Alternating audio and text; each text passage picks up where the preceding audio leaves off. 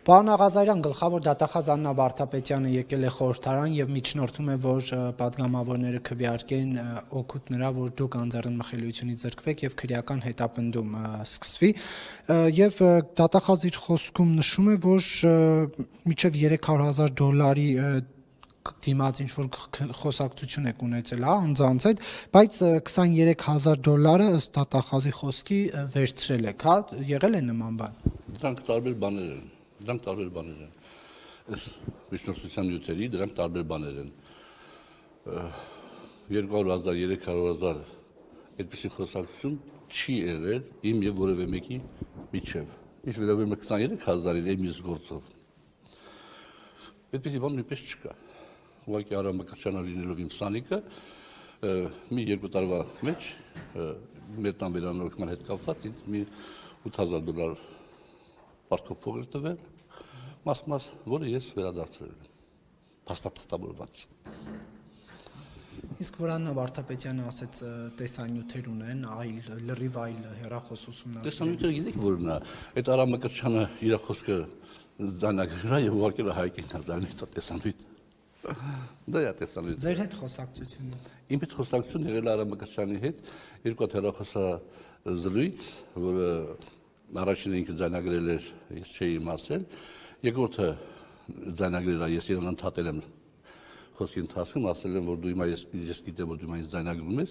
եւ հիմա լսի ես ինչ եմ ասում, օրինս բառեր եմ ասել, որ իմ հեռախոսի մեջ որ նայել են, այդ բառերը դրանց մոտ կթվա լիրիկական այսպես ձևումներ, ամենավերջին հայհոյանքներով։ Թող փակ նստում, դրանք լսեն այդ հեռախոսազրույցը։ Բայց դա ճիշտ է թեմայից շեղում ենք, բայց որքանով է ընդունված տենց հայհոյանքներով խոսելու հետո, ասենք, գլուխ կովել։ Դե գիտեք ոնց, երբ որ դու դժվարանում ես ինչ-որ տեղ ինչ-որ բան ապացուցել, կա չէ փողոցային կյանքի այսպես կոչված կյանքում ընդունված տարբերակ, այսպես կոչված քֆուր ֆռռացնել։ Այդ քֆուր ֆռռացնելու հանգամանքն է։ Ես բան կասեմ ու քֆուր կֆռռացնեմ, ով որ չհավատաց, ուրեմն քֆուր իրան է վերաբերվում։ Լավ, վերադառնալով էլի գործին, պարոն Աղազարյան, հիմա այդ ձայնագրությունները ապացուցում են, թե ոչ, որ դուք $23,000 եք վերցրել, եթե դա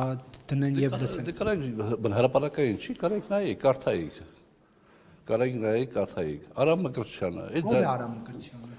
Արամ Մկրտչյանը գլխավոր ֆիգուրանտներից է, որ իբրև $23,000 իսկ պատմում ես մանրամասն։ Արամ Մկրտչյանը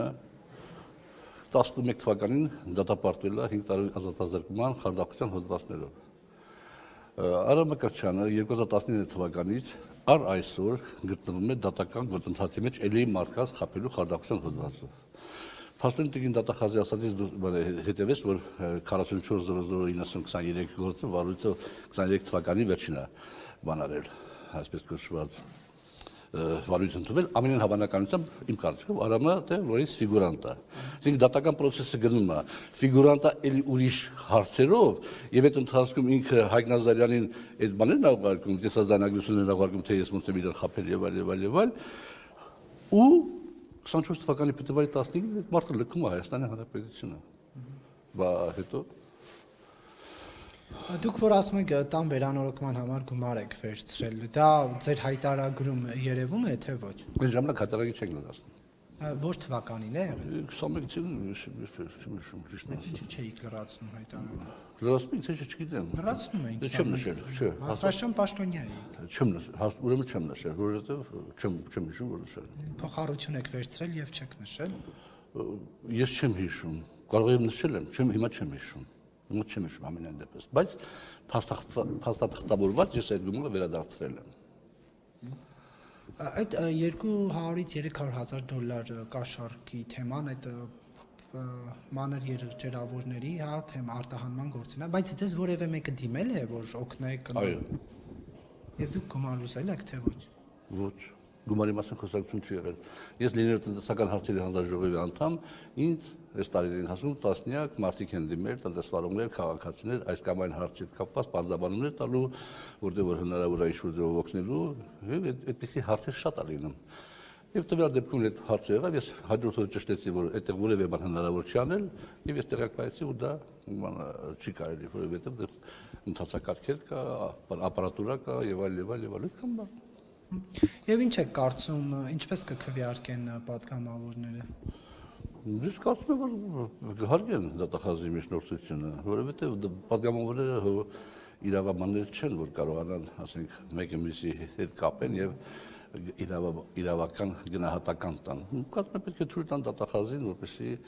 իրավական գործընթացներով փորձի ճշմարտությունը վերհանել։ Եվ վերջում, պարոն Աղազարյան, դուք նախորդ հարցազրույցում ինձ հետ նշեցիք, որ բացահայտումներ եք անելու Աննա Վարդապետյանի այցի օրը, հիմա սպասենք մենք այդ բացահայտումները։ Որոշակի այո, իհարկե, ես ասեմ, որ որոշակի բացահայտումներ պետք է անել, ես ամեն ինչը հիմնավորեմ, թող օդից չընկավ այս ամեն ինչը, թե ինչու եղավ այսպես, պետք է իմ պաշտպանական տակտիկայի մեջ է, որ ես որոշակի բացահայտումներ պետք է անեմ։ Իսկ դուք ի պատասխանի հակադրումն ունեք ձայնագրություններ, տեսանյութեր, որոնք ձեզ արդարացնում են։ Դե ես ասացի, որ փաստացավորված ունեմ, որ ես այդ $8,000 պարտքովեցել վերադարձրել եմ։ Ինչ վերաբերվում է մյուս հարցերին, ես չպետք է ապացուցեմ, որ ես անմեղ եմ։ Պետք է ապացուցեմ, որ ես մեղավոր եմ։ Եվ այս իմաստով զարմանալի զարմանք առաջացնում տիկին դատախազի այն մոտեցումը, որ ինքը ստորագրամի փաստաթղթի տակ, որտեղ ասում է, որ Աղազարյան Հովիկի խոսքերի անարժանահավատությունը հաստատվում է նաև այն հանգամանքով, որ փաստորեն այդ օրը այդ ժամին ինքը Սլավիկը եւ Աշոտի Կամավոսյանը եղել են նույն ալեհավաքի տակ։ Նույն ալեհավաքի տակ չի նշանակում 5 քառակուսի մետրում։ Եվ որ Նիկոլ Փաշինյանը մի անգամ ԱԺ-ում ասես պետք է գտնենք մեխանիզմներ մանդատից զրկելու, հա, ձեզ կամ պարոն Ասլանյանին, դուք համարում եք սա այդ մեխանիզմների գործադրում իշխանության կողմից։ Իհարկե, համարում եմ այդպես, բնականաբար, ես խոսում կանադառնամ։